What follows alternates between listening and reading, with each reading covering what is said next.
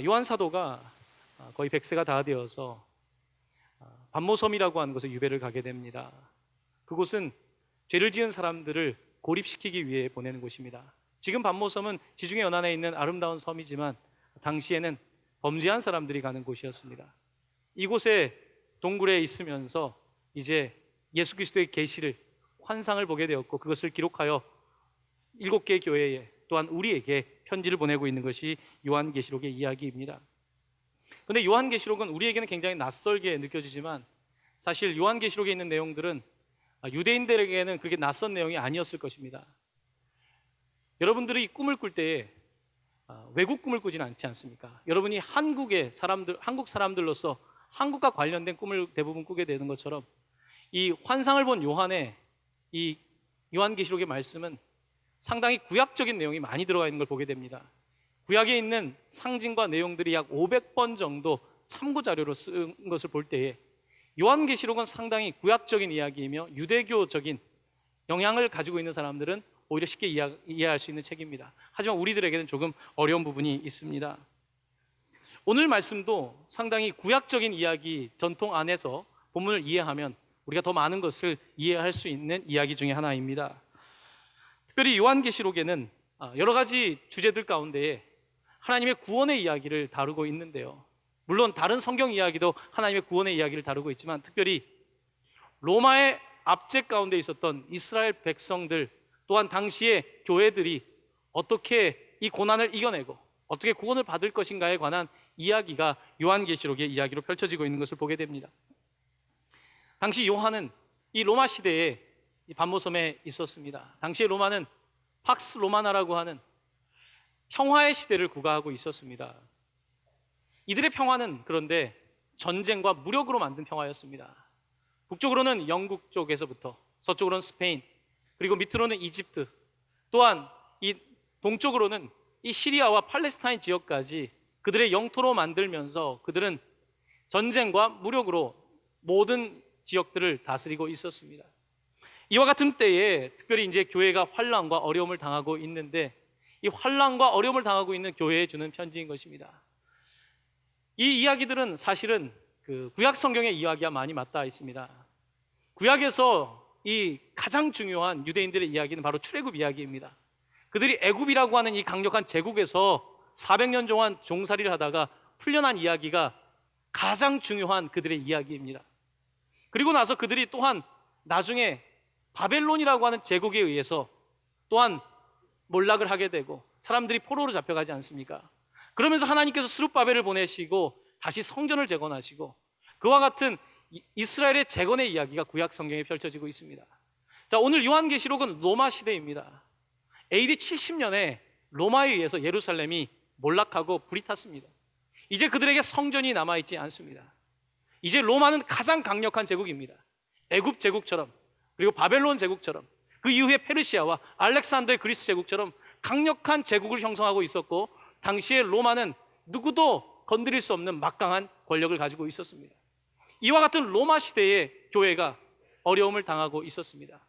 이 로마 이 시대에 어려움을 당하고 있는 교회에 하나님께서는 이제 요한 사도를 통해서 하나님의 약속의 말씀을 주시는 것인데요, 하나님의 구원은 여전히 그 땅 가운데 있음을 말씀하고 있는 것입니다.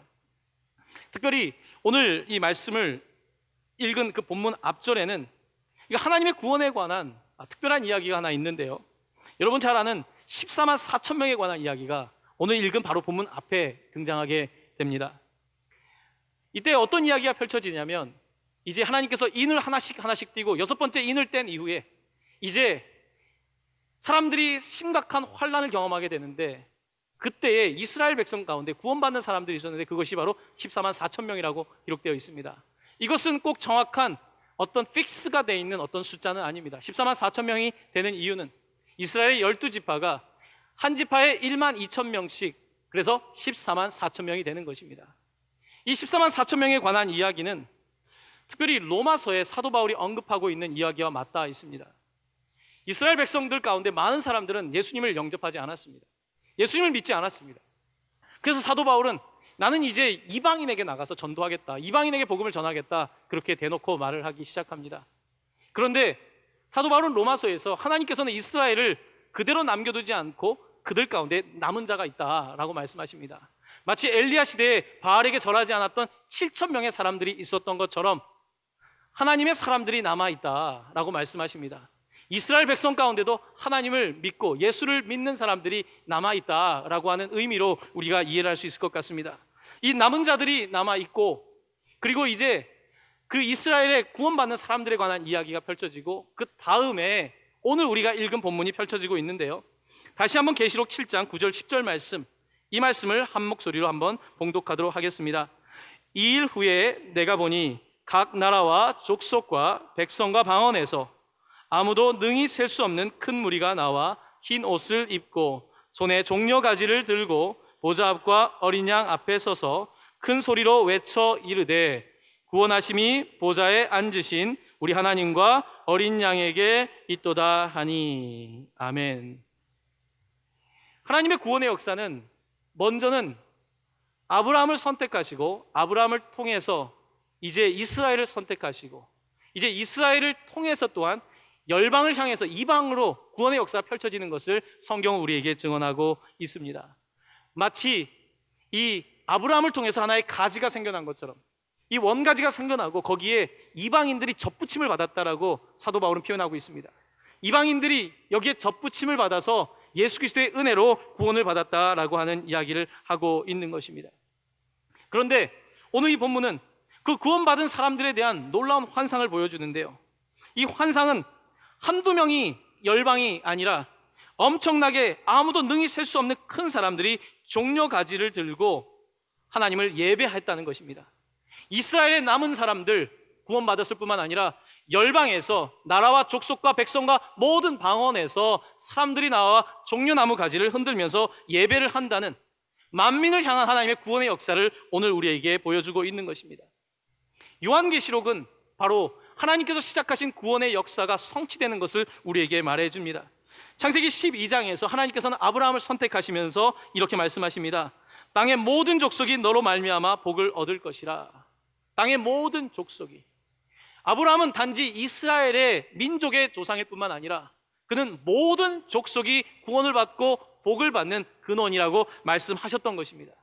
그래서 하나님께서는 아브라함을 통해서 이스라엘을 부르시고 이스라엘을 통해서 계속해서 말씀하시고 이제 이스라엘 가운데에 유대인으로 오신 예수 그리스도, 그는 바로 열방을 위하여 오셨고 그가 십자가에 죽으시고 부활하심으로 말미암아 이제는 유대인들을 위한 구원에서 넘어서서 열방을 향한 구원의 역사가 역사적으로 펼쳐지는 것이 성경을 향하여 나타나고 있으며 요한계시록은 그 성취에 관하여 우리에게 말씀하고 있는 것입니다.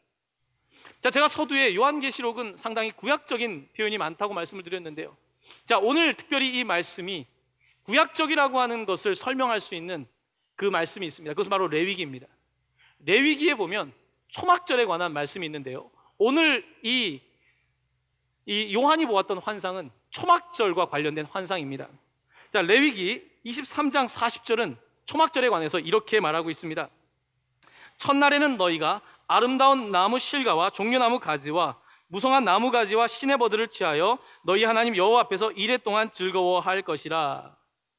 초막절은 어떤 날이냐면 이스라엘 백성들이 그 강력한 제국이었던 애굽에서 400년 동안 종살이하다가 이제 구원을 받고 광야에서 초막을 치고 살았습니다.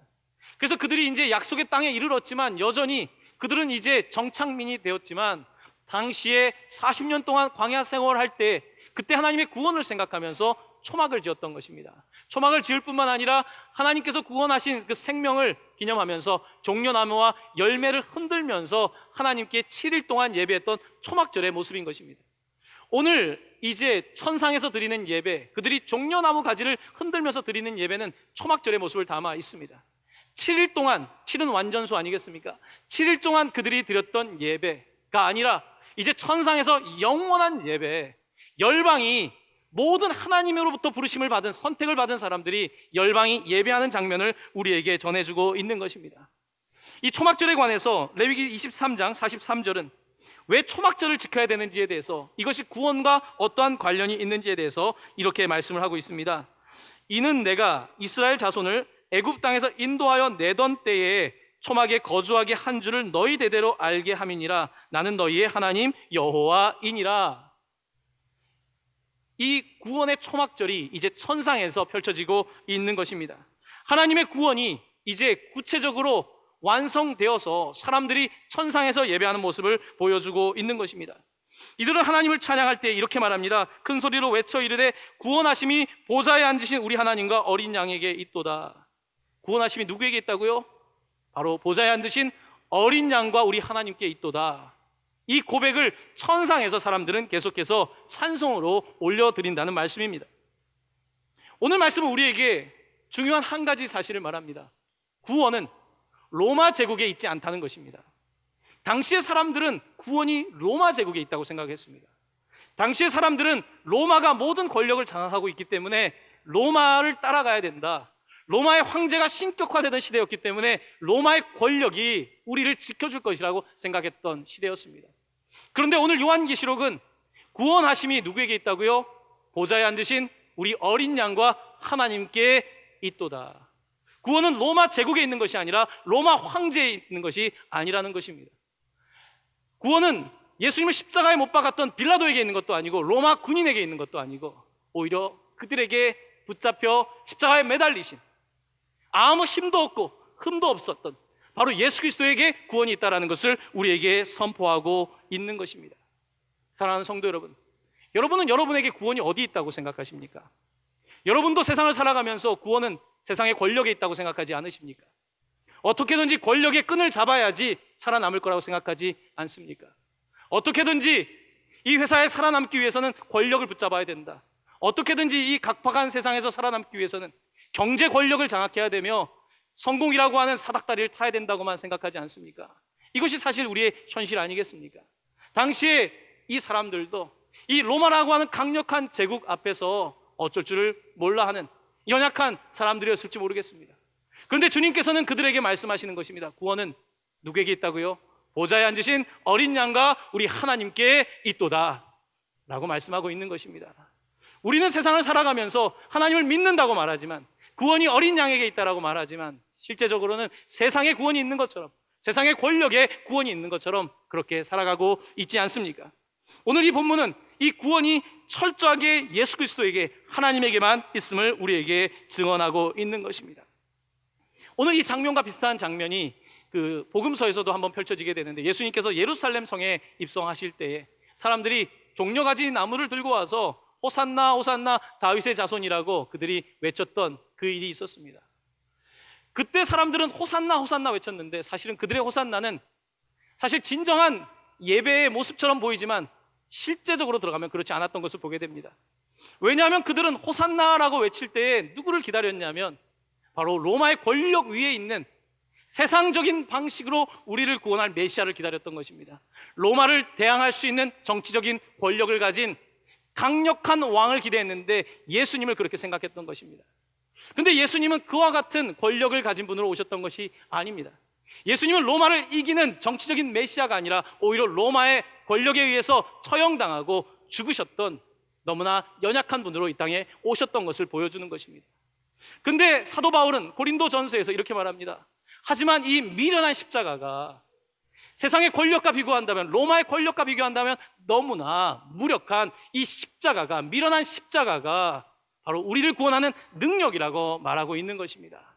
이것이 성경이 증언하는 바로 구원의 역사입니다. 하지만 예수님을 믿는다고 하면서도 저 자신 또한 우리는 끊임없이 세상의 권력 앞에서 하나님에게 구원이 있다라고 고백하는 것이 아니라 세상의 구원을 위하여 살아가고 있는 것입니다. 호산나라고 외쳤던 그 사람들, 이제 몇 날이 지나지 않아서 예수님을 이제 십자가에 못 박을 때 그들은 암묵적으로 동의를 했을 뿐만 아니라 오히려 강력하게 예수님을 오히려 십자가에 못 박았던 사람들이 있었다는 사실을 아십니까? 그들의 예배는, 그들의 호산나는 어린 양을 위한 호산나가 아니라 자기 욕망의 호산나였습니다. 나에게 복을 주십시오, 내게 축복을 주십시오, 나를 구원해 주십시오라고 하는 지극히 개인적이고 지극히 자기 만족적인 예배의 모습을 가졌다는 말씀입니다. 그런데 오늘 사도 요한이 보는 천상의 예배는 그런 예배가 아니었습니다. 모든 사람들이 어린 양에게만 집중하고 있습니다. 어린 양, 나를 위하여 죽으시고 열방을 위하여 이 땅에 오신 그분만을 바라보고 있는 것입니다. 계속해서 오늘 본문은 이 환상 가운데에 나타난 그 사람들의 모습을 이렇게 묘사하고 있습니다. 7장 14절 말씀입니다. 우리 한번 한 목소리로 봉독할까요? 이는 큰 환란에서 나오는 자들인데 어린 양의 피에 그 옷을 씻어 희게 하였느니라. 아멘. 자, 이 외치는 사람들의 모습은 바로 환란에서 나오는 사람들인데 어린 양의 피에 옷을 씻었다는 것입니다. 예배하는 사람들, 천상에 있는 사람들은 처음부터 흰 옷을 입었던 사람들이 아니었습니다. 분명히 성경은 그 옷을 어린 양의 피에 씻어서 희게 되었다는 것입니다. 흰 옷을 입고 있었던 사람들이 아니라 얼룩진 옷을 입었던 사람들이며 헤어진 옷을 입었던 사람들인데 예수 그리스도의 피로 말미암아 그들이 씻김을 받게 되었고 그러므로 말미암아 흰 옷을 입었다는 것입니다. 하나님으로부터 구원을 받는 사람들은 처음부터 흰 옷을 입고 있는 사람들이 아닐지 모르겠습니다. 세상에서 흰 옷을 입고 아니면 왕의 보라색 옷을 입고 있는 사람들이 아니라 어쩌면 세상에서 그와 같은 화려한 옷을 입고 있지 못하는 그 사람들이 바로 씻김 받아서 흰 옷을 입고 있다는 것입니다. 사랑하는 성도 여러분, 여러분들 2014년도 한 해를 보내면서 너무 얼룩이 많이 묻지 않았습니까? 세상에 살면서 사람 사는 게 뭐 그렇지 않겠습니까? 세상에 살다 보면 얼룩이 묻지 않겠습니까? 세상에 살다 보면 옷이 헤어지고 상처뿐이 남지 않는 것이 아니겠습니까? 그런데 그때에 어떻게 우리가 하나님을 예배할 수 있을까? 사랑하는 성도 여러분, 예수 그리스도의 피로 씻김 받기를 원합니다. 예수 그리스도의 피로 씻음 받을 때에 우리가 다시 흰 옷을 입을 수 있는 것입니다. 교회는 처음부터 흰 옷을 입은 사람들이 모이는 곳이 아닙니다. 교회는 용서받은 죄인들, forgiven sinners, 용서받은 죄인들이 모이는 곳이고 흰 옷을 입었다는 의미는 바로 용서받은 사람들이 하나님을 높인다는 것입니다. 그래서 예배 가운데 감격이 있는 것입니다. 그래서 그 예배 가운데 눈물이 있는 것이며 그 예배 가운데 하나님의 임재가 있는 것입니다. 이 천상의 예배는 이렇게 놀라운 하얀 옷을 입고 있는, 너무나 환상적인 옷을 입고 있는 사람들의 예배 모습이 나타나고 있으며 계속해서 15절은 이렇게 말하고 있습니다. 그의 성전에서 밤낮 하나님을 섬김에 보좌에 앉으신 이가 그들 위에 장막을 치시리니, 성전에서 밤낮 하나님을 찬양하고 예배하는 장면이 펼쳐지고 있으며 보좌에 앉으신 이가 그들 위에 장막을 치신다는 겁니다. 제가 이것이 초막절과 관계된 말씀이라고 서두에 말씀을 드렸지요. 이 장막을 친다라고 하는 의미는 요한 사도가 사용했던 요한복음에 또 한 번 사용됐던 단어와 관계되어 있습니다. 스케노스라고 하는 단어인데 요한복음 1장 14절은 이렇게 말하고 있습니다. 말씀이 육신이 되어 우리 가운데 거하심에, 여기서 거하심이라고 하는 단어가 바로 장막이 되었다는 단어와 같은 단어입니다. 말씀이 육신이 되어 우리 가운데 장막을 치셨다, 그가 거처지를 만드셨다, 그가 텐트를 치셨다라고 하는 의미입니다. 천상은 어떤 곳이냐? 구원의 천막을 치는 것이 아니라 우리 주님이 구원의 천막이 되는 것, 구원의 장막이 되는 것입니다. 천국은 어떤 곳인가? 이 땅에서의 성전, 이스라엘 백성들이 사용하던 성전이 아니라 우리 주님께서 성전이 되시는 천상의 이야기를 오늘 우리에게 펼쳐지고 있는 것입니다. 요한은 지금 거처를 잃어버렸습니다. 요한은 지금 동굴에 있습니다. 100세의 나이에 거처가 없는 상태로 이제 그가 이 환상을 본 날이 주의 날, 주일 아니었습니까? 주의 날에 그가 환상을 보는데 이 환상은 놀라웠습니다. 그가 보는 환상은 이제 그가 동굴에 있는 것이 아니라 마치 천상에 있는 것처럼, 혼자 있는 것이 아니라 수많은 사람들이 함께 예배하고 있는 것을 보는 것입니다. 또한 하나님의 장막이 그를 덮고 있는 것을 그는 바라보았던 것입니다. 이 장막이라고 하는 표현은 하나님의 임재를 뜻하는 말입니다. 하나님의 임재가 이 동굴 안에 나타났고 하나님의 임재가 지금 고난받고 환난을 당하는 교회 가운데 나타나고 있는 것입니다. 지금 사도 요한은 그 환상을 보고 있는 것입니다. 시편 기자는 119편에서 이렇게 말합니다. 내가 하늘에 올라가도, 내가 스올에 내려가도, 스올은 지옥을 말합니다. 스올에 내려가도, 내가 바다 끝에 거주할지라도 주님께서 나와 함께 하신다, 주의 임재가 함께 하신다라고 고백하고 있는데, 오늘 사도 요한은 이 동굴에서 혼자 이 시간을 지키면서 놀라운 환상 가운데 주님을 예배하고 있는 것을 보게 됩니다. 계속해서 이 광야와 같은, 구약의 광야와 같은 이미지로 계속해서 오늘 말씀은 지속이 되고 있는데요, 계속해서 이런 말씀이 있습니다. 그들이 다시는 줄이지도 아니하며 목마르지도 아니하고, 광야를 떠올려 줍니다. 광야에서 그들이 줄이지 아니하고 매일매일 주시는 만나를 먹으며 줄이지 아니하고 바위를 쳐서 물을 내신 주님으로 인하여 목마르지 아니하고, 계속해서 이렇게 말합니다. 해나 아무 뜨거운 기운에 상하지도 아니하리니. 그들이 광야, 그 뜨거운 광야를 지날 때에 낮에는 구름 기둥으로 밤에는 불 기둥으로 인도하셨던 주님께서 오늘 이 천상에 있는 이 교회, 지금 고난을 당하고 있는 교회에게 해나 아무 뜨거운 기운에도 상하지 아니하겠다. 시편 121편을 빌린다고 한다면 밤에 달도 낮에 해도 상하지 못하게 하는 놀라운 은혜가 이들에게 이어지고 있는 것을 보게 되는 것입니다. 이제 오늘 말씀을 마치기 전에 마지막 구절을 함께 읽을 텐데요, 이 마지막 구절은 정말로 우리에게 큰 위로가 되는 말씀입니다. 우리 한번 한 목소리로 7장 17절 말씀을 봉독합니다. 이는 보좌 가운데 계신 어린 양이 그들의 목자가 되사 생명수 샘으로 인도하시고 하나님께서 그들의 눈에서 모든 눈물을 씻어 주실 것임이라. 아멘. 이제 놀라운 약속이 주님의 입술로부터 나옵니다. 목자 되신 주님, 시편 23편을 우리에게 떠올리게 합니다. 여호와는 나의 목자시니 내게 부족함이 없으리로다. 그가 우리를 쉴만한 물가로 인도하시고 푸른 초장에 누이시는 그와 같은 장면처럼 지금 사도 요한은 동굴에 혼자 남아있는데 우리 주님께서 목자로서 인도하는 모습을 보고 있는 것입니다. 지금 고난을 당하고 있는 교회들을 향해서 목자 되신 주님께서 얼마만큼 그들을 위로하고 계신지 이 말씀을 통해서 그들에게 분명하게 전해주는 것입니다. 그가 목자가 되사 생명수 샘으로 인도하시고 그들을 모든 눈물을 씻어주실 것이다 라고 말씀하고 있는 것입니다. 여러분은 요즘 언제 최근에 울어보셨습니까? 드라마 보다 우셨습니까? 아니면 무엇 때문에 우셨습니까? 여러분, 우리가 아이 때는 울면은 눈물을 닦아줄 사람이 있죠. 길을 가다가 넘어지면 엄마가 눈물을 닦아주고, 힘든 일이 있으면 아빠가 무릎에 앉혀놓고 눈물을 닦아줍니다. 근데 이제 어른이 되면 눈물을 닦아줄 사람이 없습니다. 남편이 눈물을 닦아줄 줄 알았는데 눈물을 더 나게 하는 경우가 얼마나 많습니까? 이 눈물을 닦아줄 사람이 없죠. 지금 사도 요한은 혼자입니다. 여러분, 100세가 다 됐다고 눈물이 없겠습니까? 여러분, 나이가 더 들어간다는 것은 저는 아직 젊지만 더 외로움이 깊어진다는 의미 아니겠습니까? 더 슬픔의 무게가 나름대로 깊어진다는 의미 아니겠습니까? 지금 사도 요한은 베드로도 없습니다. 주변에 같이 신앙생활했던 사람은 없습니다. 혼자 이곳에 남아서 주일날 예배를 드리며 환상을 보고 있는데 주님께서 말씀하십니다.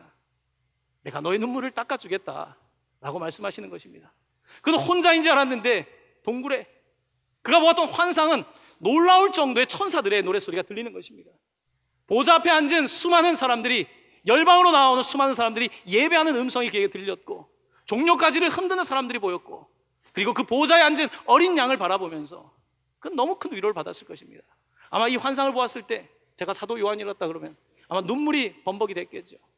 난 혼자인 줄 알았는데, 나는 이제 이 마지막이라고만 생각했는데 그것이 아니라 놀라운 예배 장면이 동굴에 있는 요한에게 펼쳐질 때에 그는 얼마나 이 환상에 놀라게 되었겠습니까? 근데 이것은 단지 환상이 아니라 실제입니다.